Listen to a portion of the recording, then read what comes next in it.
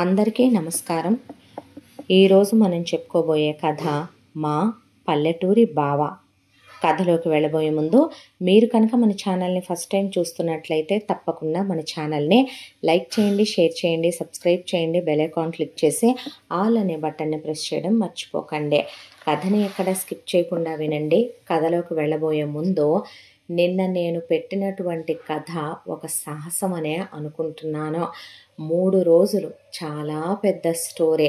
Complete చేయగలుగుతానా లేదా, final part ఇచ్చేయమని ఒకవైపున మెసేజ్ల మీద మెసేజ్లు మీరు నాకు పెట్టడం, కానీ ఫైనల్లీ ఆ కథ నా మనసుకు నచ్చి నేను మీ అందరికీ నచ్చుద్దని ఎక్స్పెక్ట్ చేసి చాలా వ్యయ ప్రయాసలు కోర్చి అప్లోడ్ చేసినందుకు, ఆ కథ మీ అందరూ చాలా బాగా ఆదరించినందుకు మీ అందరికీ పేరు పేరున ధన్యవాదాలు. మన చిన్న ఛానల్ మనసుకు నచ్చే కథలు లింక్ ఈ ఛానల్ డిస్క్రిప్షన్లో ఇస్తాను. అందులో షార్ట్ అండ్ స్వీట్ స్టోరీస్ చిన్న చిన్నవి అయినా కూడా చాలా బాగుంటున్నాయి. ఆ ఛానల్ కూడా ఈ ఛానల్ లాగానే ఆ స్టోరీస్ కూడా విని ఛానల్ని సపోర్ట్ చేసి ఎంకరేజ్ చేయండి. ఈ కథ ఒక రోజులోనే అయిపోతుందిలేండి. మీకు ముగింపు ఈరోజే మీకు ఫైనల్ పార్ట్ కూడా ఇచ్చేస్తాను. కథని ఎక్కడ స్కిప్ చేయకుండా వినండి. మరి కథలోకి వెళ్ళిపోదామా? వెంకటరామయ్య సదాచారాలకి, సంస్కృతి సాంప్రదాయాలకి, మూఢనమ్మకాలకి, కుల గోత్రాలకి పెద్దపీట వేసేటటువంటి ఛాందసవాదాలు, చాదస్తాలు ఉన్న మనిషి. వెంకటరామయ్య వాళ్ళకి బంగారం పండే పొలం 20 ఎకరాలు ఉంది. పెద్ద మండువా లోగిలి ఇల్లు ఒకటి ఉంది. దానికి తోడు ఇంట్లో గొడ్డు గోద, మరొక వైపున నగ నట్ర, దేనికి లోటులేని ప్రశాంతమైన జీవితం. వెంకటరామయ్య భార్య జయమ్మ వెంకటరామయ్యకి తగిన భార్యే. ఇక ఆ ఇంట్లో ఇల్లాళ్ళు అంటూ ఉంటే గనక వాళ్ళు భర్త సంపాదించుకొచ్చి పెడతాడు. అలా పెట్టడం అతని యుగధర్మం. కాబట్టి ఆడదే ఇల్లు చూసుకుంటూ వంటింట్లో రకరకాల వంటలు చేసుకోవటం వరకే, ఇంట్లో ఇంటి పనులు చేసుకోవటం వరకు చూసుకుంటే చాలు. అంతకు మించి మొగుడుతో కాపురం చేయటం, పిల్లల్ని కంటాం అనే బాధ్యతలు లేవా ఏంటి అనుకునే తత్వం మనిషి జయమ్మ. ఆ తర్వాత వెంకటరామయ్యకి జయమ్మకి 2 పిల్లలు. కొడుకు పేరు జంబులింగం, కూతురు పేరు జాంబవతి. జయమ్మ తన జా అనే అక్షరం మీదే తన పిల్లలిద్దరికీ పేర్లు రావాలని జా అని అలా పెట్టుకుంది పేర్లు. ఆ తర్వాత కాలచక్ర ప్రవాహంలో కొడుకుని కూతుర్ని పెంచుకుంటూ రోజులు అలా గడిచిపోతూ ఉండగా, జంబులింగానికి ఒక 17 ఏళ్ల వయసు, కూతురికి ఒక 15 ఏళ్ల వయసు ఉన్నప్పుడు జయమ్మ మంచాన పడింది ఆరోగ్యం బాగోక. ఆ మంచాన కొన్నాళ్ళు తీసుకొని పోతూ జంబులింగాన్ని దగ్గరికి పిలిచి జాంబవతి చేయి జంబులింగం చేతిలో పెట్టి, చెల్లెల్ని గుండెల్లో పెట్టుకొని చూసుకో నాయనా, చెల్లెల్ని చెయ్యి వదలకు, చెల్లెలి కోసం ప్రాణమైనా ఇవ్వాలి, చెల్లెల్ని వదిలేయకురా అని భార్య బిడ్డలు వీళ్ళందరూ నీ చెల్లెలు తర్వాతే అని చెప్తే అలాగేనమ్మా అన్నాడు ఏడుస్తూ జంబులింగం. జయమ్మ పైలోకానికి పోయిందే. వెంకటరామయ్య అంత్యక్రియలు పూర్తయిన తర్వాత పిల్లలు ఎదిగొచ్చారు. ఇంకా పెళ్ళేం చేసుకుంటాను అనే దాంతో కొడుకునే ముందు నువ్వు దరిద్రుడా చదువుకోమనమని వెంకటరామయ్యకి అధికమైనటువంటి కోపం కూడా ఎక్కువే. దాంతోనే జంబులింగాన్ని చదివిద్దాం అనుకున్నా జంబులింగానికి పెద్దగా చదువు అబ్బిందే లేదు, సచ్చిందే లేదు. దాంతో ఇంటర్మీడియట్ వరకు వీడు ఎలగబెట్టడమే ఎక్కువ. వీడు బతుకు డిగ్రీ చెప్పిస్తే ఫీజులు కట్టడం అదొక వృధా పని అనే దాంతో తీసుకెళ్ళి వ్యవసాయంలో తొక్కేశాడు. ఆ తరువాత కూతురు జాంబవతిని ఆయనే 18 సంవత్సరాలు వచ్చాయో లేదో అప్పటికే జాంబవతి 7వ తరగతి 7 సార్లు ఫెయిల్ అయింది. ఇంకా ఇది చదవటానికి పనికొచ్చే క్యాండిడేట్ కాదని చెప్పి ఇంటి పని, వంట పని, ఇంట్లో ఆడపిల్లలకు ఉండేటటువంటి లక్షణాలన్నీ నేర్చుకుందలే చాలని ఒక సంబంధం చూశాడు. అబ్బాయిది వీళ్ళకి 10 అవతల ఉన్న ఒక ఊరు. ప్రస్తుతానికి అబ్బాయిదే ఒక ఉద్యోగం, దానికి తోడు స్థిరచరాస్తులు బాగానే ఉన్నాయి. అబ్బాయి పేరు సిద్ధారావు. చూడటానికి కూడా మనిషి ఒడ్డు పొడుగు బాగుంటాడు. ముఖ్యంగా వాళ్ళ అమ్మ నాన్నలు వాళ్ళ కులం వీళ్ళకి నచ్చిందే. దాంతో వాళ్ళ సాంప్రదాయాలు పద్ధతులు వీళ్ళకి తగ్గట్టుగానే ఉండటంతో జాంబవతిని సిద్ధారావుకి ఇచ్చి వివాహం చేసి పంపించేశాడు వెంకట్రామయ్య. కూతురికి ఉన్న 20 ఎకరాల పొలంలో 5 ఎకరాలు బంగారం పండే పొలం ఇచ్చాడు. ఆ 5 ఎకరాలు ఇక్కడ అమ్మేసి మా ఊళ్ళోనే కొనివ్వండి మీ అమ్మాయికని వియ్యాల వారు అడిగారని ఇక్కడ అమ్మేసి అదే ఊళ్ళో కొంటే 20 ఎకరాలు వచ్చింది ఇక్కడ 5 ఎకరాలు అమ్మిన డబ్బులతో. ఆ తర్వాత ఆ పొలం కూతురు పేరు మీదే పెట్టి పత్రాలు జాగ్రత్తగా పెట్టుకో అమ్మాయి అని మరీ చెప్పాడు వెంకట్రామయ్య. దానికి తోడు కూతురు అత్తారి ఊర్లోనే ఒక స్థలం కొనిచ్చాడు. ఆ తర్వాత కూతురికి 200 తులాల బంగారం 10 కేజీల వెండి పెట్టి సామానన్ని 2 లారీలకెత్తి ఒక 100 పట్టు చీరలు 100 కట్టుకునే చీరలు కూతురు అడిగిందని ఏమీ తక్కువ కానివ్వకుండా ఉంది ఇంట్లో మగాళ్లేనైనా అన్ని సాంప్రదాయాలు జరిపించి మరే అత్తారింటికి పంపాడు కూతుర్నే. ఆ తరువాత పుట్టింటి వైపు తిరిగి చూడకూడదు అనేది వెంకట్రామయ్య నిర్ణయం. అయితే ఈలోపు కొడుక్కి వయసు వచ్చింది కాబట్టి ఈ వెధవకి పెళ్లి చేయకపోతే మళ్ళీ వీడెళ్ళి దేన్ని గోకుతాడో దేన్ని గీకుతాడో అని చుట్టాలు బంధువులు అనేసరికి ఇంటికి కూడా ఒక ఆడదిక్కు అవసరం అనే దాంతో వెంకట్రామయ్య ఒక సంబంధం వెతికాడు జంబులింగానికి. అమ్మాయి పేరు ప్రతిమ. అమ్మాయి 10th క్లాస్ వరకు చదువుకుందే.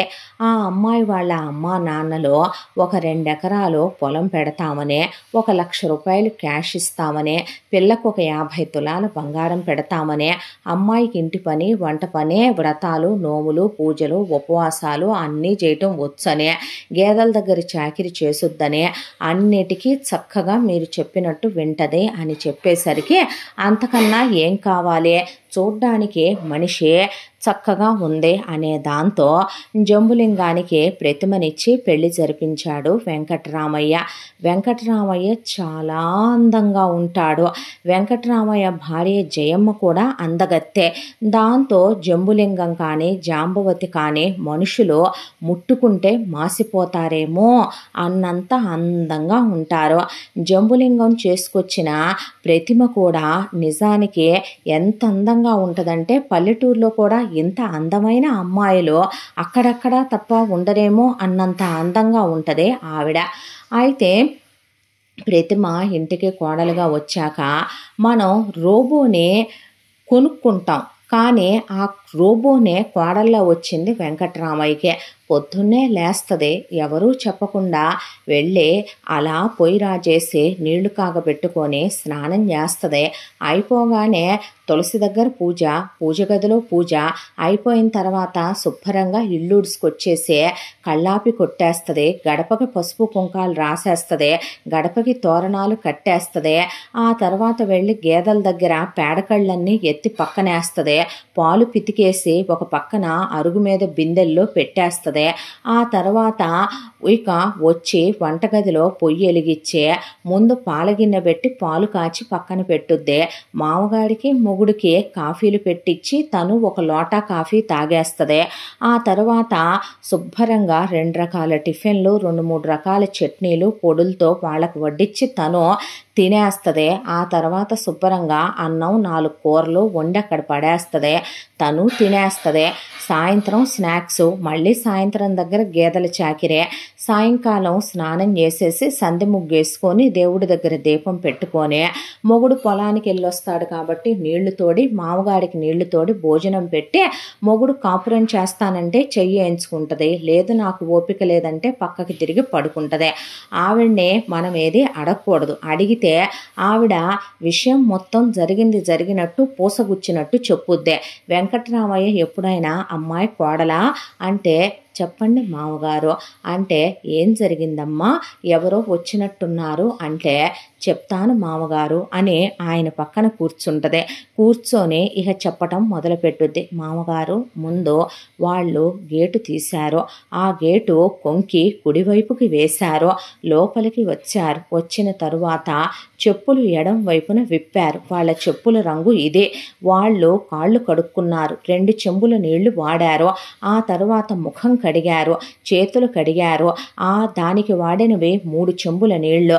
వాళ్ళు లోపలికి వచ్చాక నేను తువ్వాలిచ్చాను, ముఖం తుడుచుకున్నారు. మీ అబ్బాయి దగ్గర కూర్చున్నారు. మీ అబ్బాయి వెళ్ళి నన్ను కాఫీ టిఫిన్లు పెట్టమన్నారు. ఈ టిఫిన్ చేశా, ఈ కాఫీ ఇచ్చా, ఎత్తుకెళ్ళి పెట్టా. వాళ్ళు ఈ విషయం మాట్లాడుకున్నారు. ఆ తర్వాత వెళ్ళొస్తానని నాకు చెప్పారు. ఆ తర్వాత మిమ్మల్ని అడిగినట్లు చెప్పమన్నారు. వెళ్ళేటప్పుడు మళ్ళీ వాళ్ళు ఆ చెప్పులు వేసుకున్నారు. వెళుతూ అందంగా ఉన్నాయన్నారని మీ అబ్బాయి వారికి పువ్వులు కోసిచ్చాడు, కొన్ని జామ పళ్ళవి కోసిచ్చారు. ఆ తర్వాత వాళ్ళు గేటు కొక్కిని ఎడం వైపుకు వేసి వెళ్ళారు. ఇంతవరకు చెప్పుద్దే. అసలు కదలకుండా ఒక బొమ్మ చక్కగా మొత్తం మనకి ఒక సినిమా చూపిస్తే అది ఎలా చెప్తుంది, అలా చెప్పుద్దే.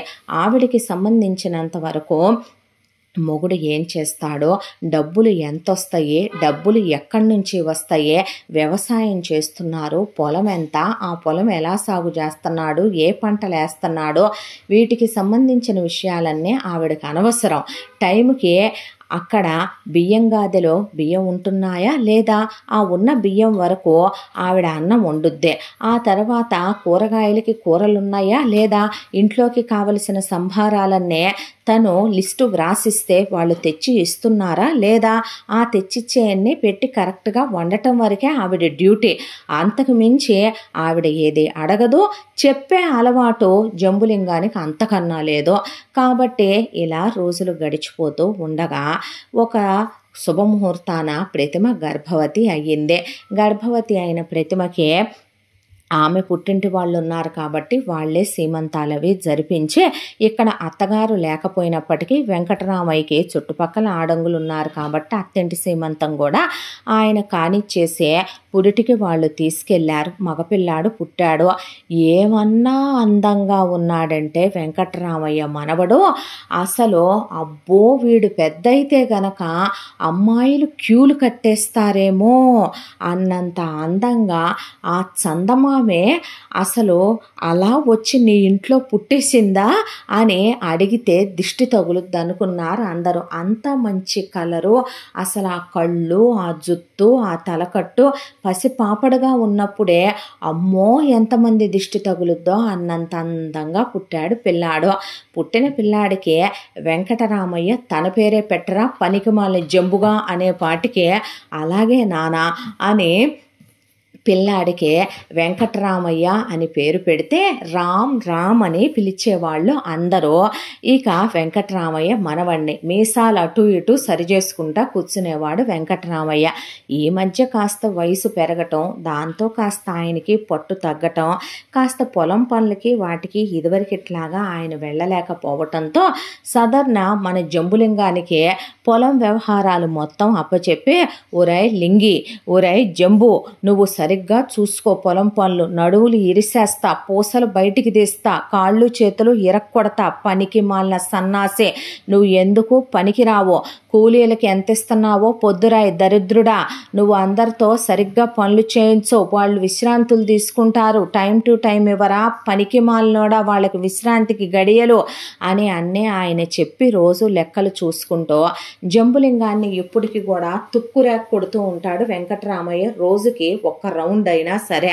జంబులింగం అన్నీ తింగరి పనులు, వెధవన్నర వెధవేషాలు వేయటం జంబులింగానికి మొదటి నుంచి ఉన్న అలవాటు. కాబట్టి కోడలు ముందే పడేస్తంతాడు. కోడలు అసలు ఏమీ మాట్లాడదో. ఆ తర్వాత అమ్మాయి కోడలా అనగానే చెప్పండి మావయ్య అంటది. అంటే వెళ్ళి ఈ దరిద్రుడికి ఆ జెండు బామ్ ఏదో రాసి కాసి నీళ్ళు పోసి ఓ ముద్ద పెట్టి పడే తీసుకెళ్ళి గదిలో అనగానే అలాగే రా అని తీసుకెళ్ళి బామ్ రాసి వేడి నీళ్లతో స్నానం చేయించి ఆ తర్వాత గదిలోకి తీసుకెళ్ళి పడుకోబెట్టి మీరు చెప్పినట్టే చేశాను మామయ్య అని వచ్చి ఆయన చెప్పొద్దే. ఇలా ఆ ఇంట్లో వీళ్ళ మధ్య కథ భలే సరదాగా ఉంటుంది. ఈలోపు జంబులింగం కూతురు ఒక శుభముహూర్తాన ఎంతెత్తు కడుపు వేసుకొని 8వ నెల కడుపుతో ఉండగా ఒక సంధ్య వేళటప్పుడు రాత్రి 7-8 మధ్యలో అలా ఒక మూట చంకకి పెట్టుకొని వచ్చి అన్నయ్యా అనగానే చిట్టి చెల్లెలు, రక్త సంబంధం, గోరింటాకో, ఇంకా ఏమైనా ఉంటే సిస్టర్ బ్యాక్గ్రౌండ్ మూవీసో, వాటన్నిటినీ మీరు ఒక రీలు గిర్రా గిర్రా గిర్రా గిర్రా తిప్పి మీ బ్రెయిన్లోకి ఒక్కసారిగా అలా వెల్కమ్ చేయండి. మీకు ఫ్లాష్ పడిపోద్ది. అలా అన్న చెల్లెలు అనుబంధం అనుకుంటూ అమ్మా చెల్లాయ్ జాంబూ అనగానే అన్నా జంబూ చెల్లి జాంబూ అనుకుంటూ ఇద్దరు కలిసి ఒకళ్ళనొకళ్ళు కౌగిలించుకొని నా మేనల్లుడా నా మేనకోడలా ఏమంటున్నారమ్మా అనేసరికి ఒరే లింగం నాన్న మూసుకొని వెనక్కరా అమ్మాయి ఏంటి వేళాపాళ లేకుండా సంధ్య వేళటప్పుడు పక్కన మీ ఆయన లేకుండా నువ్వు ఒక్కదాని వచ్చావేమిటి ఏమిటి విషయం అన్నాడు వెంకట్రామయ్య. ప్రతిమ అమ్మాయి కోడలా చెప్పండి మావయ్య వచ్చిన వాళ్ళకు మంచి తీర్థం ఇవ్వమ్మా ఇదిగో తీసుకో జాంబా అని పెట్టి ఆయన పక్కన నుంచున్న తర్వాత బాబు ఏడుస్తున్నాడు వెళ్ళి పాలు పట్టు అన్నాడు ఆయన. అలాగే మామయ్య దామ్మా అని పిల్లాడిని తీసుకొని లోపలికి వెళ్ళిపోయింది ప్రతిమ. నా రాత అనుకొని ఆయన ఎందుకు వచ్చావు అని అడిగాడు కూతుర్ని. నాన్న మీకు కొన్ని ముఖ్యమైన విషయాలు చెప్పాలి అని జాంబవతి అలా కూర్చుంది. ఏంటి అన్నాడు వెంకట్రామయ్య. మీ అల్లుడు గారు వారికి నచ్చట్లేదని ఉద్యోగం మానేసి చాలా కాలమైందే. పెళ్ళైన 2 నెలల తర్వాత వాడు ఉద్యోగం మానివేయడం జరిగింది. ఆ తరువాత వారికి వారి అమ్మా నాన్నల ద్వారా సంక్రమించిన ఆస్తులన్నీ అమ్మే వ్యాపారాలు పెడతానని ఆసక్తి చూపి ఆ మొత్తం ఆస్తులు కూడా కడతీర్చేశారు. అవి కడతీరిన తర్వాత మీరు నాకు ఇచ్చిన 20 ఎకరాల పొలం, నాకు అత్తింటి వారు పెట్టిన నగలు, మీరు పెట్టిన నగలు, మొత్తం వెండి అన్నీ అయిపోయాక మా వాటాకి మా మామగారు ఇల్లు కట్టించి ఇచ్చారు. అదే స్వాహా అయిపోయే ఈ మధ్య కాలంలోనే కొత్తగా ఆయన నువ్వు నాకు ఇచ్చిన స్థలం కూడా అమ్మివేశారు. ఆ తరువాత వారు మళ్ళీ తిరిగి మా అత్తగారి ఇంట్లోనే ఒక గదిలో ఉంటున్నారు. నన్ను కూడా అక్కడే ఉండమన్నారు. కానీ నా తోడికోడళ్ల ముందట, నా అత్తింటి వారి ముందట ఆయన అలా ఆస్తులు పాడు చేసినా నాకేమీ అనిపించలేదు. కానీ తీసుకువెళ్ళి అక్కడ పెట్టడం, వాళ్ళందరి మధ్య నేను ఉండటం నాకు అవమానకరంగా అనిపించింది. కాబట్టే వారు మారితేనే నేను తిరిగి వస్తాను అని చెప్పి ఇలా బయలుదేరి పుట్టింటికి వచ్చాను అని చెప్పిందే. దానికి ఏందే పుస్తకం చదివావు నా ముందు అన్నాడు వెంకట్రామయ్య. అనేసరికి నాన్న చెల్లి ఎక్కడికి వెళ్ళుద్దే సాయం సంధ్య వేళయ్యింది ఈ టైంలో వచ్చింది కదా నాన్న ఉంటదిలే నాన్న ఎటు మనమే పురుడు పోయాలిగా సీమంతాలవి చేయడానికి అమ్మాయి నీకు మీ అమ్మ లేదు. ఈ పిల్ల సంగత తెలిసిందేనని నిన్ను తీసుకురాలేదు. పురుటికి డబ్బులు పంపుదామనే అనుకుంటున్నాను. సరే పురుడవ్వగానే నువ్వు వెళ్ళిపో మీ ఆయన దగ్గరికే.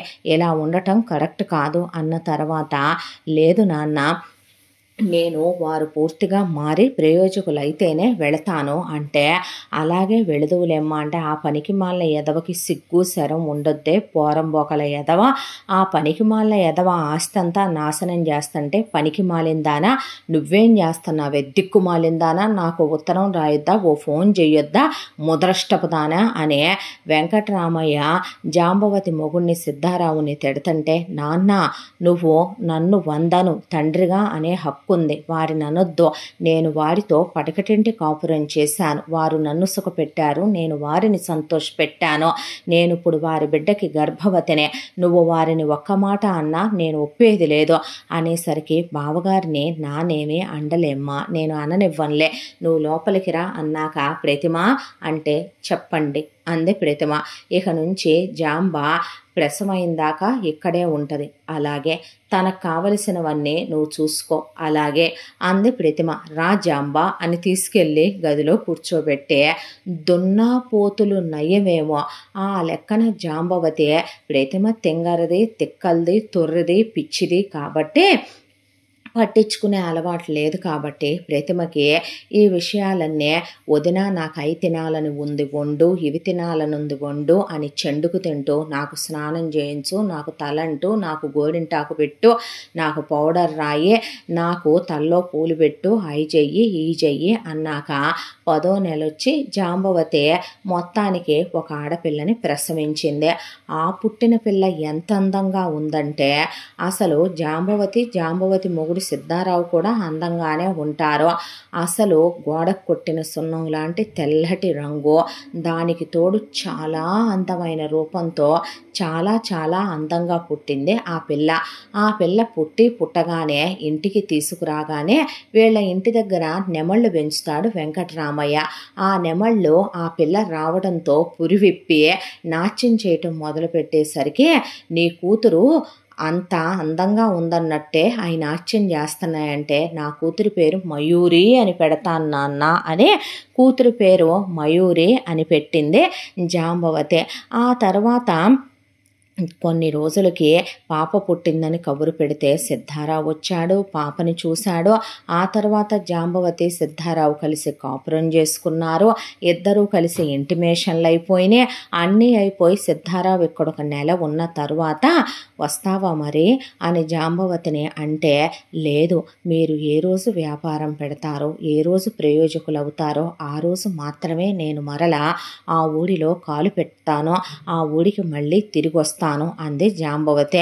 అన్న తరువాత ఇక చెల్లెలు ఇక్కడే ఉండిపోద్ది అని జంబులింగం ప్రతిమకి చెప్పేశాడు. వెంకటరామయ్య కూడా ఎంతైనా అల్లుడు దరిద్రుడు, కూతురు బాధలో వచ్చింది, కూతురుకు ఇంకొక ఆడపిల్ల ఉంది, అత్తింట్లో ఉండలేనంటుంది, అత్త కింద ఆడపడుచుల కింద తోడుకోడళ్ళ కింద, కూతురు మీద ఉన్నటువంటి ఇష్టంతో సరే పుట్టింట్లోనే పడుంటుందగా అని వెంకటరామయ్య పోయేదేముంది ఒక ముద్దేగా అన్నట్టు ఏమీ మాట్లాడలా.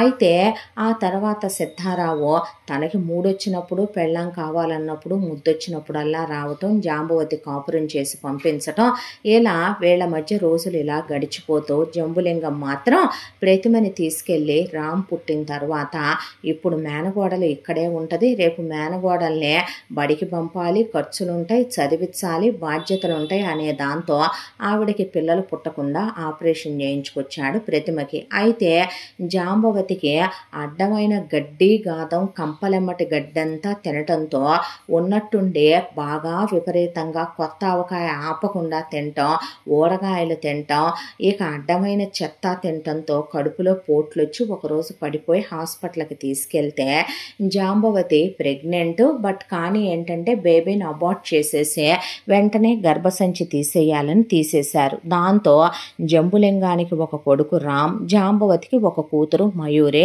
వాళ్ళకొకళ్ళు వీళ్ళకొకళ్ళు అయ్యారు పిల్లలు. కాలచక్ర ప్రవాహంలో పిల్లలు పెరిగి పెద్దవాళ్ళు అవుతుండగా ఫస్ట్ పిల్లాడిని స్కూల్లో జాయిన్ చేసి పిల్లాడికి చిన్నప్పటి నుంచే నీ మరదలే నీ పెళ్ళాం, నీ బావే నీ మొగుడు, పెద్ద అయిన తర్వాత మీ ఇద్దరికే పెళ్లి జరిపిస్తామని ఇటు జంబులింగం రోజు మంత్రోపదేశం చేయటంతో రామ్కి మయూరి అంటే పంచ ప్రాణాలు. కాలచక్ర ప్రవాహంలో పిల్ల పెరిగి పెద్ద అయ్యే కొద్దీ విపరీతమైనటువంటి గర్వం, అహంకారం, మొండితనం, పెంకితనం, పెద్ద చిన్న లేకుండా మాట్లాడటం, ఎదురు సమాధానాలు, జంబు మామ ఒరే జంబు నిన్నేరా అంటాం, తాతోయ్ నిన్నే అంటాం, అత్త అయ్యుండు ఇయ్యుండు, నా కాళ్ళొత్తు, నాకు నీళ్లు పోయి, నేను గోరింటాకు పెట్టుకోవాలనుకుంటున్నా, ఇప్పటికిప్పుడు పెట్టు అని ఒకవైపున ప్రతిమని ఇటు జాంబవతి అటు జాంబవతి కూతురు నవ్వులకు తినేవాళ్ళు. అవన్నీ జంబులింగం పట్టించుకోడు కాబట్టి జంబులింగం మాత్రం చెల్లెలు కూతుర్ని మేదేసుకొని పోషించుకురావటం మొదలుపెట్టాడు. రామ్కి మాత్రం తన మరదలంటే పంచ ప్రాణాలు. మరదలంటే ఎంత ఇష్టం అంటే ఆ అమ్మాయిని ఇంట్లో మొండిగా ఉంటుందని వెంకటరామయ్య కేకలేసినా ప్రతిమ అసలు ఏమీ పట్టించుకోదు, అది వేరే విషయం. జంబులింగం విపరీతమైన గారాబం చేస్తాడు మేనగోడల్ని.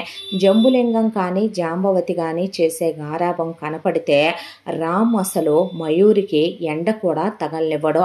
మయూరి ఎంత అందంగా ఉంటుందంటే నడుస్తుంటే కాళ్ళు కందిపోతాయేమో అన్నంత ప్రేమగా చూసుకునేవాడు రామ్.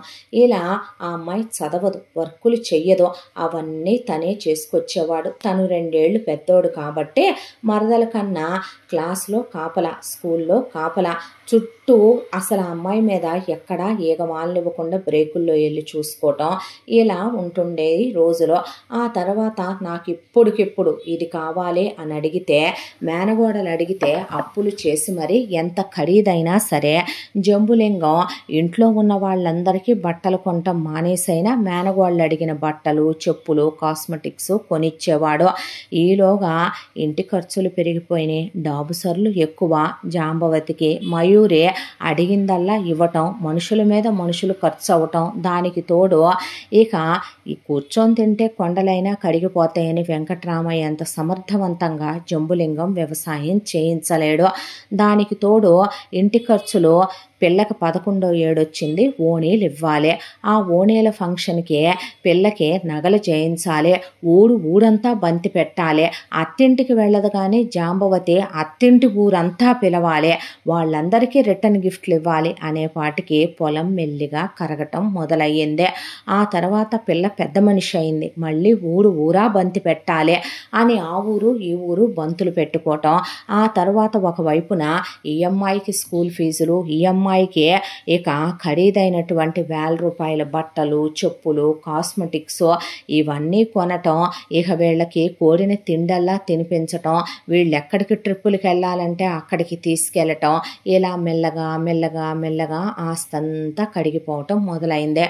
ఇంత దాంట్లో కూడా పిల్లలు పెరిగి పెద్దవాళ్ళై రాము ఇంటర్మీడియట్కి వచ్చాడు. వచ్చేసరికి వెరసి 5 ఎకరాల పొలం మిగిలిందే. ఆ 5 ఎకరాల పొలం మిగిలితే రామ్, నాన్న నేను ఇంజనీరింగ్ చదువుకుంటానన్నాడు. చిన్నప్పటి నుంచి రామ్ చాలా బాగా చదువుతాడు, 100కి 100 మార్కులు తెచ్చుకుంటాడు. చాలా మంచోడు, చాలా మెతక, చాలా అందంగా ఉంటాడు పిల్లాడు.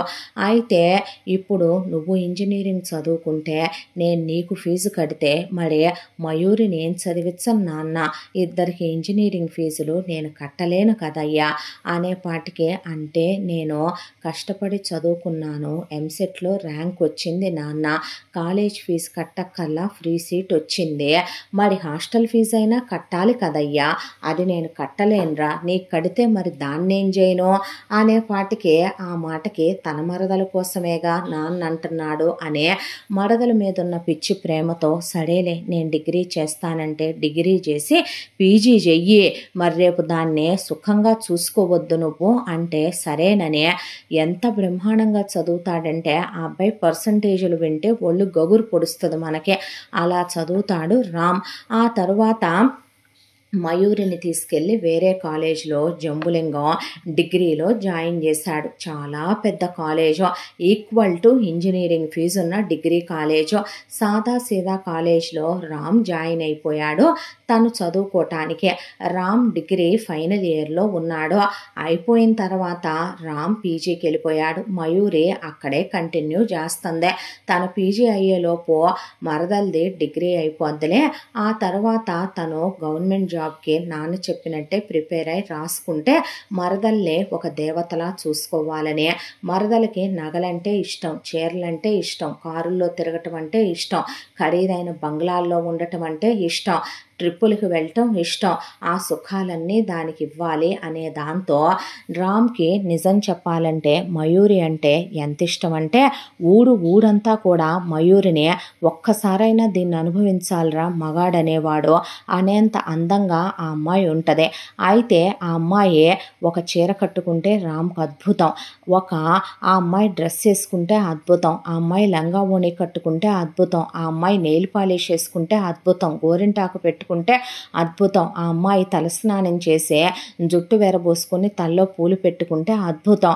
ఆ అమ్మాయిని ఒక దేవతలా, ఒక దేవేరిలాగా కొలుస్తూ చిన్నప్పటి నుంచి ఎంత పవిత్రంగా చూస్తాడంటే, తన దృష్టిలో ఆ అమ్మాయి ఎర్ర రంగు బట్టలు వేసుకుంటే ఆ పార్వతీదేవి అన్నట్టు, ఆ అమ్మాయి తెల్ల రంగు బట్టలు వేసుకుంటే సరస్వతీదేవి అన్నట్టు, అలా ఉన్న దేవతలందరినీ కూడా ఆ అమ్మాయిలోనే చూసుకుంటూ పెళ్ళయ్యేంత వరకు మరదలే కదా, ఇంట్లో ఉంది కదా కదా, మెచ్యూర్ అయింది కదా అని మిస్బిహేవ్ చేయకూడదు.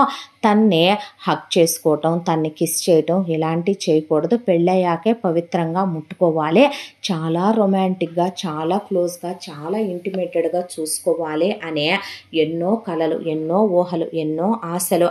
ఎప్పుడైనా మరదలు మంచం మీద పడుకొని తను కూర్చుంటే కాళ్ళు తన ఒళ్ళో చాపితే తన తొడల మీద మరదలు కాళ్ళు పెడుతుంటే ఒళ్ళు పులకించిపోయేదే. తన తొలి కౌగిలింత ఎలా ఉండబోతోంది మయూరితో, తన తొలి ముద్దు ఎలా ఉండబోతోంది అనే మనిషి మైమరిచిపోతూ ఉండేవాడు. ఆ అమ్మాయి అడిగితే ఏ టైంలోనైనా అర్ధరాత్రి అయినా ఇప్పటికిప్పుడు బిర్యానీ తినాలనుందంటే టౌన్కి వెళ్ళి మరీ తెచ్చిపెట్టేవాడు. ఇప్పటికిప్పుడు నాకు ఐస్ క్రీమ్ తినాలనుందంటే తీసుకెళ్ళి తినిపించి తీసుకొచ్చేవాడు. ఇప్పటికిప్పుడు నాకు ఈ డ్రెస్ కావాలి నువ్వు ఇప్పించాలి అంటే అప్పటికప్పుడు తీసుకెళ్ళి ఇప్పించేవాడు. మరదలంటే అంత ఇష్టం. ఇక కూర్చుంటే ఒళ్ళో కాళ్ళు చాపి బావా నెయిల్ పాలిష్ చేయవా అని చేతులు చాచి బావా గోరింటాకు పెట్టవా అని, ఆ తర్వాత ఏదన్నా మూవీ చూస్తుంటే జోక్స్ వస్తే ఆ అబ్బాయిని మీద పడి భుజం మీద కొరికి కొరికి నవ్వేదే. ఆ తర్వాత ఆ అబ్బాయికి చక్కలి గింతలు పెట్టేదే. ఆ టచ్కి చాలా ఫీల్ అయిపోయేవాడు రామ్. ఆ అబ్బాయిని ఉప్పెక్కించుకోవా అని ఉప్పెక్కటం, తర్వాత ఆ అబ్బాయిని ఏదన్నా బల్లి కనపడింది, కాక్రోచ్ కనపడింది అని కౌగిలించుకోవటం. ఆ స్పర్శకే నరనరాలు పులకించిపోయి మనిషి 2-3 రోజులు మామూలయ్యేవాడు కాదు రామ్. ఇలా రోజులు గడిచిపోతూ ఉండగా రామ్ పీజీ కంప్లీట్ అయిపోయింది. కంప్లీట్ అయ్యాక గవర్నమెంట్ ఉద్యోగానికి రాద్దాం అనుకుంటున్నాను నాన్న అంటే ఇక మిగిలింది 2 ఎకరాల పొలం రా అనేపాటికే 3 కరిగిపోయిందా నాన్న అంటే, మరి దానికి ఏం పెట్టి ఫీజులు కట్టానో, అది వేసిన డ్రెస్సు వెయ్యదు కదా, మరి ఎన్ని బట్టలు కొన్నానో, దానికోసమని ఎన్ని చెప్పులు కొన్నానో, బ్యూటీ పార్లర్ ఖర్చే నెలకి 20,000 25,000 మావయ్య అంటే ఇస్తున్నాను, ఎక్కడి నుంచి తెచ్చిస్తున్నాను రా మరి అనేసరికి సరే అని చూడటానికి మయూరి తెల్లగా గోడ కొట్టిన సున్నంలా అంత పెద్ద జుట్టు, బాగా హెయిర్ కట్లు చేయించి చాలా ఫ్యాషన్గా మేకప్ బాగా మెత్తి మళ్ళీ అంత కలర్ మీద చాలా ఫ్యాషన్ ఉంటుంది. దట్టు తిన్నా ఒళ్ళు రాని శరీరమేమో ఇక పిజ్జాలు బర్గర్ల దగ్గర మొదలుపెట్టి 5 స్టార్ హోటల్ ఫుడ్లు దాకా ఏది కావాలంటే అది తినేస్తుంది మనిషి. దాంతో ఎంతైనా తన మరదలు, తను ప్రేమిస్తున్నాడు, తనకు మరదలంటే ప్రాణం, ఇష్టం, మరదల కోసమేగా నాన్న నమ్మాడు అనే దాంతో ఏం మాట్లాడకుండా సరే నాన్న అలాగైతే నేను మరి గవర్నమెంట్ జాబ్ ప్రిపేర్ అవుతున్నాను అని చెప్తే, ఆ ఉద్యోగం ఈ ఉద్యోగం కాదురా, కలెక్టర్ అవ్వు. నీకో విషయం చెప్పమంటావా, ఎవరైనా పిల్లలకి ఏం చెప్తారండి, మనకు తెలిసినంతవరకే నువ్వు కలెక్టర్ అయితే మన ఊరికి పేరు వస్తుందనో, జిల్లాకి పేరు వస్తుందనో, లేదంటే మన కులానికో గోత్రానికో మన కొంపకో ఇంటి పేరుకో పేరు వస్తుందనే, నువ్వు గొప్పోడివి అవుతావనే, ఇది నీ కష్టంతో నువ్వు చదువుకొని నువ్వు సాధించావనే ఇలా చెప్తారు. కానీ జంబులింగం రామ్కి నువ్వు ఇప్పుడు పెళ్లి చేసుకుంటే మయూరిని జస్ట్ రామ్కి పెళ్ళామని, జంబులింగానికి కోడలని, వెంకటరామయ్యకి మనవరాలని అంటారు. అదే నువ్వు కలెక్టర్ అయ్యాక చేసుకున్నావనుకో అప్పుడు నా మేనగోళ్ళ అదృష్టవంతురాలని, మయూరి మొగుడు కలెక్టర్ అని అంటారు. అంతేగానే కలెక్టర్ పెళ్ళాం మయూరి అంటారన్న మాట మాత్రం జంబులింగం అనలేదు. సరే తన మరదల కోసమే నాన్న చదవమంటున్నాడనే దాంతో నిద్రాహారాలు మానే పగలు రాత్రి అనేది లేకుండా పొలం గట్టు మీద మొదలుపెట్టి మంచి మీద మొదలుపెట్టి గుళ్ళో గోపురాల్లో ఇంట్లో గదుల్లో ఎక్కడ పడితే అక్కడ డాబా మీద కింద పడి మీద పడి మొత్తానికి చదివాడు రామ్. సింగిల్ అటెంప్ట్లో ఇప్పుడు వెళ్ళి అలా ఎగ్జామ్ అటెండ్ చేసి నెక్స్ట్ ఇంటర్వ్యూ అటెండ్ చేస్తే ఖచ్చితంగా జాబ్ కొడతాను, కొట్టడంతోనే తను మసూరి ట్రైనింగ్కి వెళ్ళి గనక వస్తే తనకి ఖచ్చితంగా కలెక్టర్ పోస్టింగ్ వస్తుంది. హ్యాపీగా లైఫ్ అంతా తన మరదల్ని దేవతలా చూసుకోవచ్చు, కాలు కింద పెట్టనివ్వకుండా. అది అడిగిన ప్రతిదీ దాని కళ్ళ ముందు కాళ్ళ ముందు తీసుకొచ్చి పెట్టొచ్చు అనే దాంతో అలా చదువుకున్నాడు రామ్. అయిపోయే కరెక్ట్గా ఆ రోజు ఎగ్జామ్ రాయడానికని వెళుతూ గుడికి వెళ్ళి హారతి తీసుకోబోతుంటే హారతి కొండెక్కిందే, కొబ్బరికాయ కొడితే కొబ్బరికాయ కుళ్ళిపోయిందే. పూజారి గారు ఏమైనా అనుకుని వెళ్తున్నావా అని అడిగితే, అది అంటే ఎగ్జామ్ ఉందని. ఏంటి బాబు అన్నీ అపశకునాలు అని గుళ్ళో నుంచి వస్తుండగా ఎదురు దెబ్బ తగిలి బొటన వేలుకి అలా బ్లడ్ డ్రాప్స్ పడుతూనే అమ్మా అని అక్కడ పసుపు ఉంటే పెట్టుకొని గుడి దగ్గర కట్టుకొని ఏది ఏమైనా సరే పిడుగులు పడ్డా తుఫాన్లు వచ్చిన ఎగ్జామ్ రాయాలనే దాంతో ఎగ్జామ్ హాల్ దగ్గరికి వెళ్ళి ఇక బ్యాగ్ అది బయట పెట్టి బుక్లో అన్నీ ఒకసారి సరి చూసుకొని హాల్ టికెట్ అన్నీ చూసుకొని దేవుడికి దండం పెట్టుకొని ఇది నా మరదల కోసం నేను తలపెట్టిన మహాయజ్ఞం, చిన్నప్పటి నుంచే అది నా కోసమే పుట్టిందని, నా భార్యని, నా పంచ ప్రాణాలని, అది లేనిది నేను బ్రతకలే, నన్నంతగా దాన్ని ప్రేమించేశాను. ఎలాగైనా సరే నేను ఇందులో క్వాలిఫై అయ్యేలాగా చెయ్యి దేవుడా, నిన్నింతకు మించి నేను బహుశా అడగడానికి కూడా ఇంకా ఏమీ లేదేమో, నువ్వు నాకు ఇవ్వడానికి కూడా ఏమీ లేదేమో అని అలా లోపలికి వెళ్ళబోతున్నాడు. ఆపకుండా ఫోన్ మోగటంతో ఆ పక్కనే ఉన్న సార్ ఇంకా టైం ఉందిలే బాబు పర్లేదు, ఓ 10 నిమిషాలు ఫోన్ మాట్లాడరా, అర్జెంట్ అనుకుంటా అన్నిసార్లు చేస్తున్నారు అనేసరికి సరేనని బ్యాగ్ ఓపెన్ చేసి ఫోన్ తీశాడు. ఫోన్ తీసేసరికి అవతల నుంచే జంబులింగాన్ని వెంకటరామయ్య తుక్కురే కొడుతున్న దెబ్బల సౌండు, దాంతోపాటు జంబులింగం బ్యా బ్యా బ్యా కొట్టొద్దు నానా, కొట్టొద్దు నానా, నీ దండం పెడతా నానా, నీ కాళ్ళు పట్టుకుంటా నానా అంటే, నీతి మాలిన ఎదవ, ఒరే లింగం నువ్వు కాదంటరా అసలు దాన్ని అలా పెంచింది, నువ్వు కాదా దాన్ని అలా తయారు చేసిందంటే, ఏంటి నాన్న ఎగ్జామ్కి వెళ్తుంటే ఎగ్జామ్ కన్నా ఇంపార్టెంట్ విషయం ఏంటని ఇప్పుడు నువ్వు నాకు ఫోన్ చేసావు అనేపాటికి, నీ మరదలు కడుపుతో ఉందిరా అనేపాటికి, ఏంటి ఒక్క క్షణం రామ్ ఏం వింటున్నాడో రామ్కి అసలు అర్థం కాలేదో. తల ఒక్కసారిగా గిర్రమని తిరిగి ఆ పక్కనే ఉన్న అలా స్తంభం పట్టుకొని నిలబడి, ఏంటి నాన్న నువ్వు అందే, నాకు అర్థం కాలేదు. మరదలు ఏ మరదలు, ఎవరి మరదలు, ఎవరి మరదలేంట్రా, మన మయూరిరా, జాంబత్త కూతురురా. ఆ మయూరికి ఏమైంది మళ్ళీ చెప్పు, జాంబత్త కూతురికి ఏమైంది మళ్ళీ చెప్పు అనేపాటికి, నీ మరదలు కడుపుతో ఉందరా, నీ మరదలకి కడుపు వచ్చిందంట అనేపాటికి మనిషి ఒక్క క్షణం పాటు స్థాణువై అలా నిలబడిపోయాడు. నిలబడిపోతే, నువ్వు ముందు వెంటనే ఇంటికి రారా, మీ తాతయ్య నన్ను కొట్టి చంపేస్తున్నాడు, మీ అత్తయ్యని కొట్టాడు, ఇప్పుడు దాన్ని కొడటానికి లోపలికి వెళ్ళాడు అనేపాటికి ఒక్క క్షణం ఆ అబ్బాయికి అసలు ఏం చెప్తున్నాడా, వాళ్ళ నాన్న ఏం వింటున్నానా అనేది కూడా అర్థం కాలేదు. ఆ క్షణం ఎంత ప్రేమించాడో, ఎంత ఆరాధించాడో, ఎంత విలువిచ్చాడో. తన మరదలు ఎంత మాట పడితే అంత మాట మాట్లాడినా మూసుకోమన్నా మూసుకున్నాడు. ఏ రోజు ఎదురు మాట్లాడింది లేదు, కాళ్ళతో తంతే తన్నిచ్చుకున్నాడు. తను మరదలు నానా మాటలు అన్నా నవ్వేసి వెళ్ళేవాడు, గారాబం చేసేవాడు. స్కూల్లో క్లాసులో తను ఇంటర్మీడియట్ వరకు కుక్క కాపలా కాశాడు తన మరదలకే. ఊళ్ళో ఉన్న మగాళ్ళంతా తన మరదల్ని టేస్ట్ చెయ్యాలని చూసినా ఒకడికన్నూ పడనివ్వకుండా, నేను ప్రేమిస్తున్నాను నా మరదల్నే అని వాళ్ళందరికీ చెప్పుకుంటా వచ్చాడు. ఒక దేవత అనుకొని దేవతని పెళ్లికి ముందే తాకకూడదు, దేవత అంటే పవిత్రమైనదే, పవిత్రమైన స్త్రీని పెళ్ళయ్యాకే తాకాలనే ఇప్పటి వరకు కనీసం ఆ అమ్మాయి చేయి కూడా తను గట్టిగా పట్టుకొని ఎరగడం. ఇప్పుడు ఈ కడుపు రావటం ఏంటి, ఏం మాట్లాడుతున్నాడో అనే దాంతో ఇప్పుడు తను రాసిన ఆ ఎగ్జామ్ తను రాయలేడు. ఇప్పుడు తన వల్ల అది కాని పని.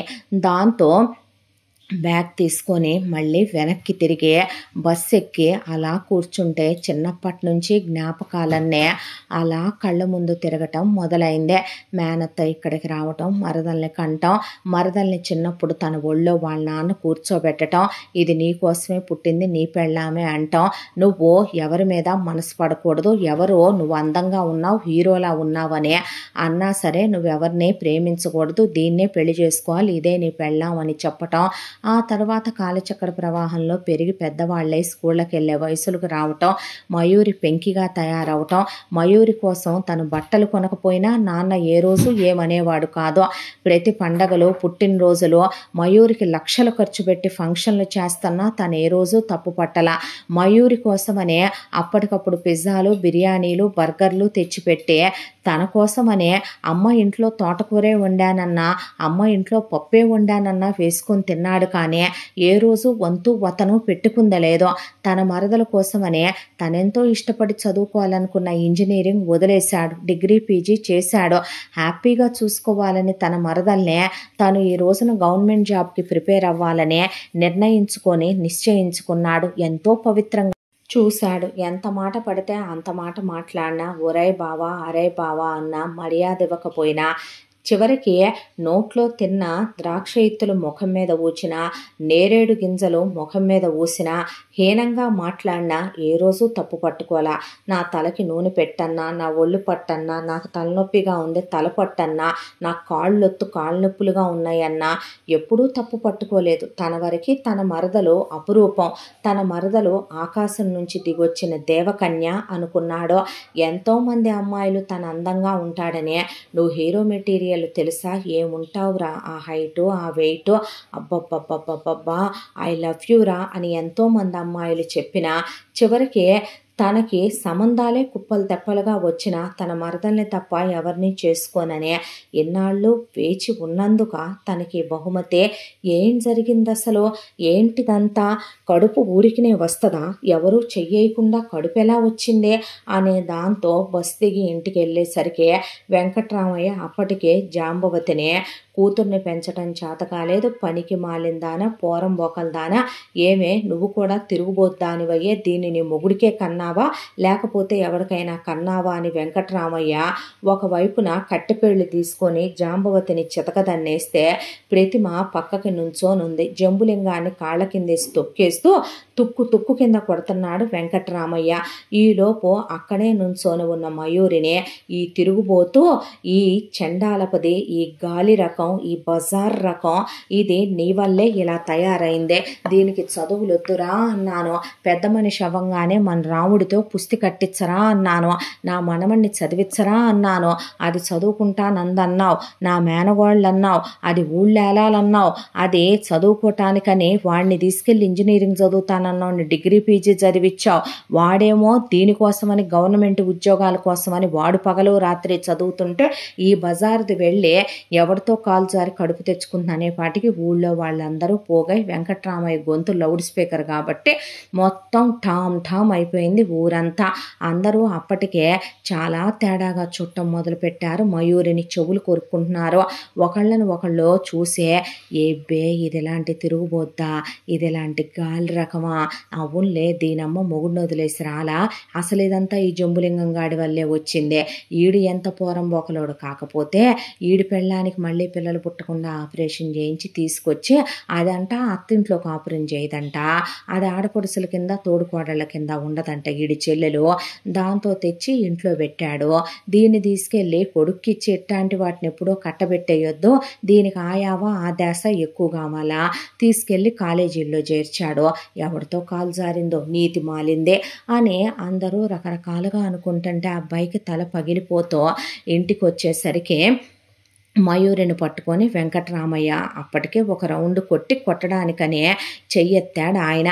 వెంకట్రామయ్యని వెనక్కి తోసేసి తిప్పి కొట్టానంటే సచ్చూరుకుంటావు ముసలి ఎదవ, ముసలి కుక్క, నువ్వెవడవరా నన్ను కొట్టడానికి అనే చెప్పు తీసుకొని నుంచుంది మయూరి. దాంతో వెంకట్రామయ్య అహం దెబ్బతినిపోయి వెంకట్రామయ్య కత్తి తీసుకురావటానికి లోపలికి వెళ్తే రామ్ పరిగెత్తుకుంటూ వస్తే, ఒరే ముసలోడిని ఆపరా, ఒరే ముసలోడిని ఆపరా, నీకు దండం పెడతానని జంబులింగం రాముని లోపలికి తోస్తే, తాత ఏంటి పిచ్చి కోపం, ఏంటి పిచ్చి ఆవేశం, నువ్వు ఆగు ముందో, అది కాదురా అంటే ఆగమంటున్నానా నిన్ను అని రామ్ ఆపి, ఏంటి ఇదంతా, ఏం జరిగింది అసలు, ఏందే ఈ కడుపులేంది, ఈ గోలేందే అని అడిగాడు రామ్.